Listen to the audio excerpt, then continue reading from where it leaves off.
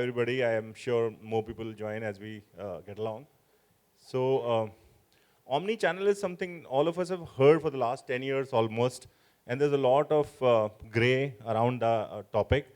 And there's no true omni-channel that has emerged in India. And today we'll try to kind of unearth some of the reasons why this has not happened. And to start with, first of all, I would want all these gentlemen to kind of determine what exactly is omni-channel for their business and what do they mean for when they say omni-channel. What does it mean to them? I'll start with you. Thank you, everyone. See, omni-channel is for us is to give a consumer a very seamless experience when they are navigating from any touch point, where they're trying to buy or possibly interact with any of our products. We just want them to make sure that the experience being seamless is that they can get the maximum information that they need and that's ease of buying. So these are two touch points that we want our consumers to experience. And at the end of the day, our products, if we look at purely from the Samsung lens, we're looking at our experience is our cornerstone of our every products that we make. So purely from a consumer experience perspective, that's what we want to deliver to our consumers from an omni-channel perspective. Thanks, Vikram. Vineet, what's your point of view? Yeah, before going what we are doing in the Omni and what is the meaning of the Omni for us, let me explain about the organization. V-Mart Retail is a departmental fashion store. Largely, it's a 70-75% of business is coming from the apparel and 20-25% business is coming from the supermarket. It's like FMCG and the home category. And recently we acquired the LimeRoad also. I'm sure the women on this room, they must have done some kind of the shopping from the LimeRoad platform. It's a completely a e-commerce platform. So earlier we were the completely a brick model retailer. Last 20 years we behaved like that. Courtesy COVID, we really pushed hard. The customer pushed hard in terms of entering the Omni. And now we have the vmartretail.com is there. Then there's we listed almost on all the platform beats Amazon, Flipkart, Myntra, etc. And LimeRoad is a recently acquired 6-7 months old acquired organization, I can say. So Omni, the idea is that how we can give the same thing what he told, like how we can give the seamless experience to the customer, whether they are shopping in the brick and mortar, the V-Mart Real, the store, or the Unlimited, our South chain, or any of the online platform. The seamless experience, how they can get it, and how it can complement each other. So before going to the next step, see what happened. Today the problem is that when you're talking purely of the online, there is a challenge of the customer acquisition cost is pretty high, right? The supply chain cost is pretty high. And again, you have to create a separate set of the inventory to address the customer need. But courtesy the Omni, we have the 425 stores are there in India. And the same inventory live is there for the customer to purchase it from the V-Mart store. So lot of I think synergy we are getting, lot of advantage we are getting, and our cost is not like any other e-commerce player in the market. So I think the Omni is the way forward, and that's the way we built our organization also.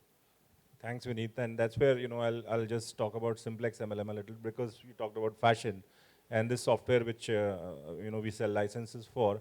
We work with fashion categories right from design to the delivery end to end, and we are seeing a huge push towards the digitization. And omni-channel is one of the things that is digitization. But when I'm looking internally to the organization, everybody wants a single version of the truth. You want one style having a common identifier, and right from design up to delivery, it should continue. And that's why all retailers, brands, buying houses, everybody wants that. I think that piece is a little bit missing when we come to the complete omni-channel experience right now in India, and we'll discuss more about why this has happened. And Amaljeet, what are your points? Thanks, Rajneesh. So on omni-channel, I have a slightly different take. I think it's an interesting word, but understood or misunderstood differently. But before I come to that, I'll talk a little bit more about why we think differently and what we do. So I work with a company called Bell. We make cheese called the Laughing Cow. And so it's different in terms of food as a category. And of course, food is a basic necessity. Anyone and everyone needs something at home. So our vision is different. Our vision is we want to be there wherever the shopper or the consumer shops. So by nature, online, offline, this channel, that channel, we have to be there. Sometimes it's just about a practicality aspect, that how do you do that in a sustainable manner, which is where, okay, what's the cost to serve the smallest store next to your home? So therefore, the vision is definitely or omni-channel is part of the hard-coded strategy to be available wherever and whenever a consumer would like to shop. And then it's only real that a consumer will never get the same assortment in, I would say, a small pawn store right next to their home versus a large hypermarket. The assortment is going to be basis a shopping need, a shopping trip out there. But yeah, I think what's important is that will the brand be consistent in terms of how the brand is merchandised, what's the communication around the brand, and what does it stand for? So I think that's what it's supposed to be, omni-channel in terms of a consistency of a certain vision of the brand towards a consumer, and then being present all across. And for us, it's about online, it's about these stores which are modern trade, these stores which are also selling like smaller stores where we sell a 10 rupee SKU, which will not be there by design in modern trade. And we're even there in terms of vending machines and complexes. So it's all about whenever a consumer thinks, I want a pizza, I want something, how do they get the brand? Thanks, Amal. So I used to Alamjeet. Yeah. Okay, Jeet. Thanks. So I used to be with ITC for the longest period of time, and I started the digital strategy and direct to consumer. And one of the trends why we didn't, a lot of people or similar companies are also doing it, different points of view and debatable again. But the one trend we are all seeing is that companies which were physical in the sense are now going digital. And all the startups which started as D2C are now trying to open physical stores. Do you think that is a trend, that kind of a cue or a precursor to omni-channel kind of a revolution, or a big presence in omni-channel? Is this a trend that digital companies becoming physical and physical becoming digital? Everybody's trying to kind of have the complete footprint. So wherever you want to buy, the product is available, right? So I think, see, there is a very classic example of Lenskart. Lenskart started selling spectacles online, but practically when you look at the business challenges, we all three are wearing specs. So one of the core business cases for them to solve was that they had to possibly upload a prescription on a website and then get those specs delivered. But what happened is that consumers also took time to upload those prescriptions. So they came onto a model where they got that touch point nearer to the consumer. And now that store itself has become like for them to deliver that seamless experience. You can go to the nearest Lenskart store, put across your prescription and get the glasses. So eventually what you talked about, digital brands coming near the consumer, in certain cases, omni-channel possibly can only be cracked when you need to have that touch and feel narrative. And specifically, see, we Indians have a knack of taking experience of the product before putting our monies onto the table. वो कुछ भी हो, सब्जी भी हम ऐसे ही खरीदते हैं, हम अभी सब्जी भी digitally बिक रही है, omni-channel. But we still want to have a freshness, the experience of freshness and feel the product. So when Sir just said that cheese is a product which ultimately is nothing but a taste of a delight and they want it when they want it.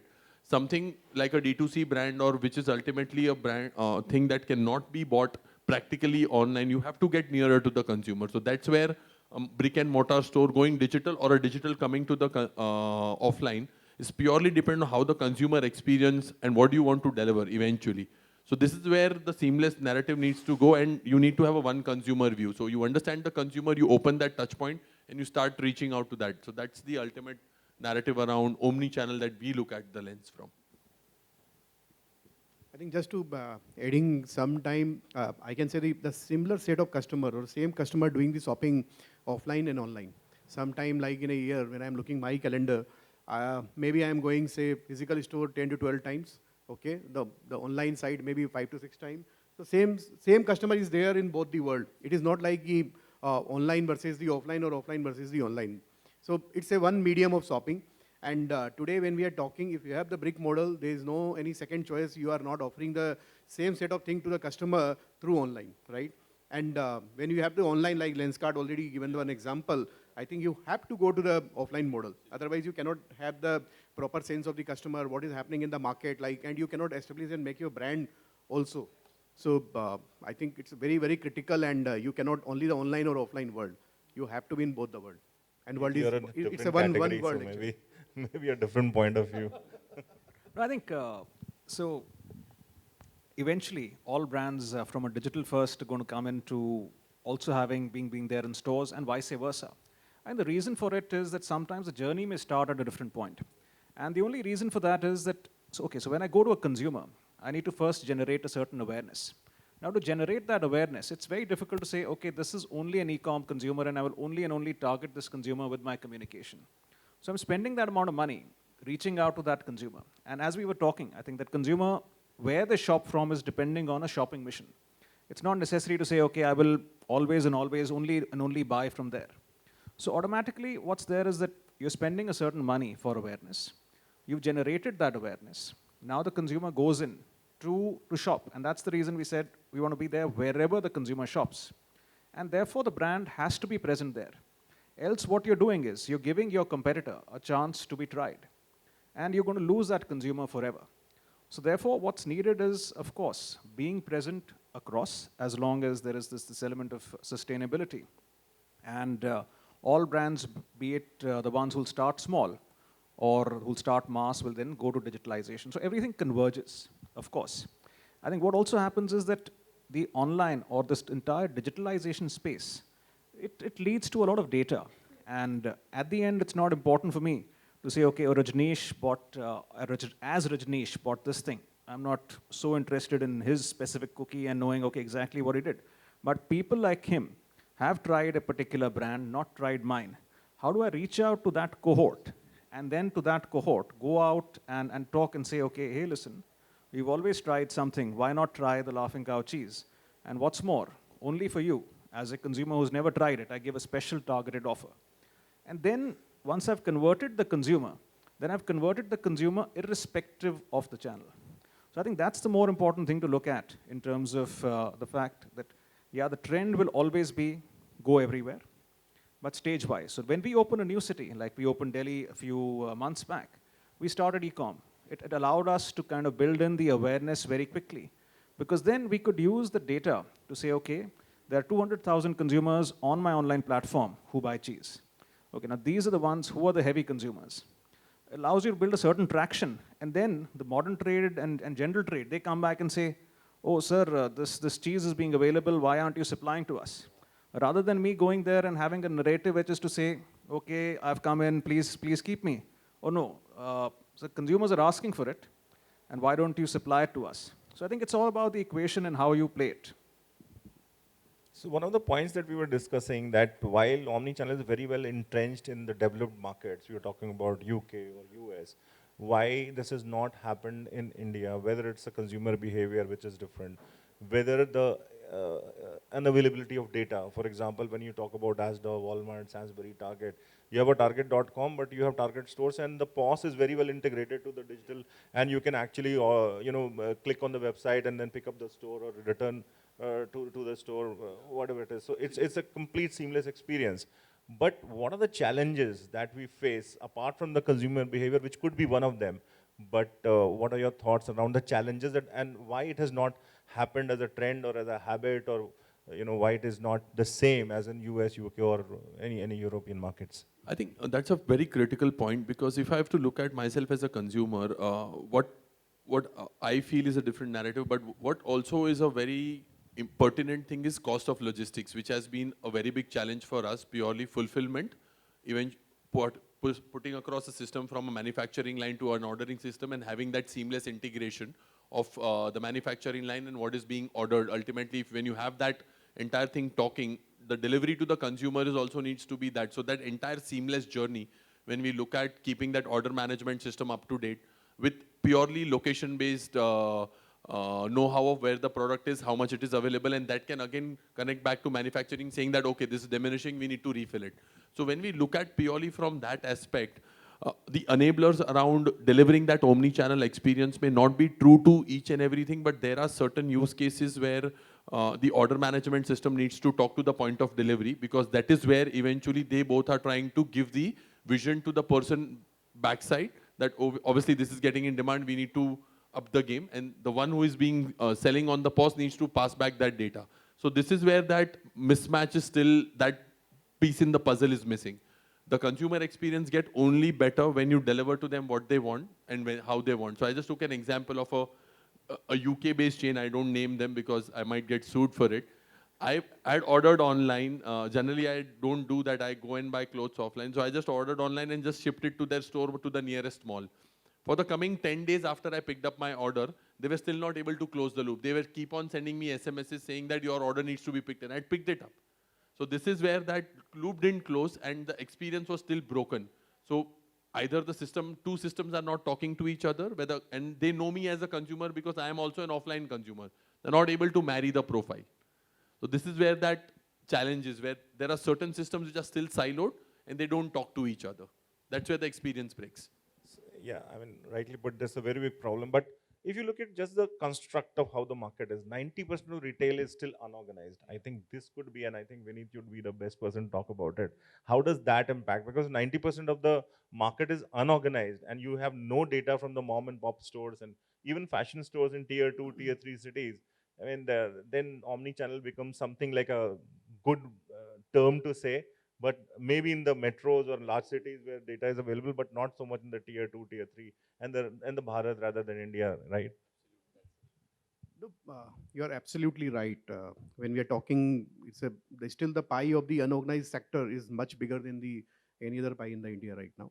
But yes, when we are talking about the customers and all, like in my organization, I can say we have the 5 crore customer databases there. Those are the loyal customer. I'm not talking the sheer footfall only here. So, but obviously the online is at very initial phase. I'm talking, see, the VMart is largely known for the tier 3 market. It's a rural or semi-urban kind of. It's not the tier 1 or the major metro. And वहाँ पे जाके लोगों को हमने shopping सिखाया होता कैसे है, बिकॉज पहले किसी ने वहाँ पे लार्ज फॉर्मेट स्टोर देखा ही नहीं, वहाँ पे होता क्या, air condition, light. I am talking 10 years back or 15 years back. And UP is the one state where we have like 120 stores are there at present. So obviously online तो भी थोड़ा दूर है वहाँ पे. Certain set of customers they are going online also. But versus the organized traditional market से निकल के लोग इस platform पे आए हैं. Soon थोड़े online के भी लोग people are testing it also. So है ये challenge रहेगा. वैसा नहीं कि वो कोई 100% convert होके कल पूरा का पूरा organize हो जाएगा. I think all the things will coincide and everything will be there. क्योंकि mom and pop के अपने एक advantage है, the variety what they are offering, I think none of the organized player can offer in the market. So they understand the trend, they understand the customers, so that is their advantage. And because we are like, since we are organized, we are generally believe in the cut cookie and paste kind of the thing, and we have the uniformity across all the things. So that is also sometimes advantage, and maybe from the customer angle, it's a disadvantage also. But that is like one thing I can say the mom and pop store they crack it.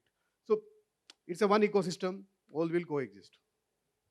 I have a sense of deja vu because I used to handle Chopal Sagar for ITC and very similar problems every day.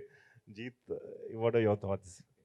So I think it's not about online system or offline system, because online system, offline system is only a way of an internal organization looking at it and saying, how am I keeping my data and looking at it? I think what really matters is the consumer. And as long as we put the consumer first and say, okay, this is the consumer, this is where he or she is shopping, and how do I give that delightful consumer experience to them? Like, for example, if tomorrow a consumer complaint comes in, we're not going to say, okay, this consumer complaint came in from a modern trade store, and that is because a modern trade store did not keep the brand at the right temperature. In the end, the consumer is going to end up blaming the brand, saying, okay, your quality faltered and you did not ensure it to me. And we're not going to say, okay, they should pay. For us, that's what matters. So I think online and offline, sometimes all of this is silos made by an organization rather than what the consumer really wants. So for us, it's more about consumer-centric. What is it important for that consumer? And how do we get there and delight that consumer with that particular experience? Leveraging the certain, I would say, barriers or the certain things that a channel has. So for example, when it comes into a sampling, like at an e-commerce, I can't make a consumer try the product there and then. But in a modern trade or in a larger store, I can tell the consumer as soon as they come in, okay, why don't you try me? They try it, there is an automatic conversion that happens. Similarly, when it comes to a smaller store, then maybe the battle is different. There the retailer has how many thousand SKUs can they keep in? An online format, a large one can keep 100,000 SKUs, a smaller retailer will have 3,000 SKUs. So how do I make sure that I'm part of the 3,000? It's about saying that retailer is very important to convince. And the part is about even doing a trial with the retailer. So, like my sales team, part of them is out here. They've done a fantastic job. They'll go convince that person. They'll say, okay, try it. They'll say, नहीं नहीं नहीं, मैं चीज़ नहीं खाता, मैं ये ना बच्चों के लिए होता है. And then they make the consumption happen. अरे नहीं, आप वाकई whatever you're saying is so good. This really melts in my mouth. Now, once you made that person your ambassador, then automatically he becomes your ambassador to the rest of the consumer. So it's all about not everything is going to be seamless, not everything is going to be perfect. It's about making the most of what you get and then leveraging it to the max. So keeping consumer at the center, I think all the answers will follow. I think that's a message and very rightly said. One last question that comes to my mind is, we've all seen, you talked about adoption in tier 2, tier 3 cities, rural India and so on and so forth. We've all seen what has happened with the digital payments. And now you see Nariyal Pani also you can buy with digital payments, everything. You know, I've seen a temple near my house, they have like a QR code. So that's the kind of adoption that has happened. And we've been listening to ONDC for the last 2 days, and it's a government-led initiative. And I'm sure if the similar push comes in, is ONDC going to drive the so-called, use of a better term, is kind of an omni-channel strategy for all the retailers and brands and everybody, because that's the whole ecosystem and the protocol is actually going to drive, just the way digital payments did. We can just have your views. I think that's the future that we are talking about. See, definitely what happened to payment is that UPI just bought some sort of a unification and a common protocol where we could legitimately talk to any sort of a payment system in a common identifier. I think ONDC also is possibly pushing in the entire shopping experience, or possibly that entire protocol, that process that needs to be followed, and get the entire base structure ready. So yeah, in the future, I might feel that ONDC will play its part. Obviously, UPI took its time. There was a drastic thing that happened which should never happen to the mankind. And we just changed the entire way of what happened to and how it is today being transacted. We're now also taking it global. Similarly, ONDC, yes, it will also possibly also add another dimension to the omnification that we are looking at purely from a consumer journey. That's our viewpoint. I can say we are lucky we born in India, 25% of the world, and a lot of things are free in India. है ना, internet सबसे सस्ता है world में. UPI के अंदर में I think hardly any of the country you will see the people are not charging money. Okay, here the credit card के अलावा आपका यूपीआई में Paytm anything there is no charges even. So अगर मैं tier 2 and tier 3 and tier 4 if I am going to the such a rural market, generally people not accept the credit card also there. American Express तो चलता ही नहीं उधर में कहीं पे भी. So, but UPI is like they hardly any cost for the shopkeeper. When very fast adaptability is there because internet सस्ता है, UPI में cost नहीं है. I think that's the advantage we have in the India. Obviously, there is no doubt like ONDC is the future. There is no any discussion required for that. But I think we are on the very fast journey and काफी कुछ हुआ है अभी. So maybe just quick thought from my end. I think when it comes to digital payments, the statistics that I remember is that India does like about 13x digital payments as compared to Europe. So I think it was a grand vision which led to something really great happening. ONDC, similar expectations for me. And the vision is grand. I think what it can lead to in terms of this entire unbundling, because tomorrow the same Kirana or, so it's all about, again, talking of, I would say, the omni-channel experience. The same person can now sell across the country through this unbundling of service. So looking forward to it. I think it should be really powerful. All right. Thank you, everybody. And I don't think do we have time for questions? Well, due to the paucity of time, I'm afraid not. All right. Okay. Thank you so much, everybody. It was a great experience Could I talking to request you. you to kindly join us up front for Yeah. a quick picture? All right. Sure. Thank Thanks. you. Ladies and gentlemen, let's give them a huge round of applause.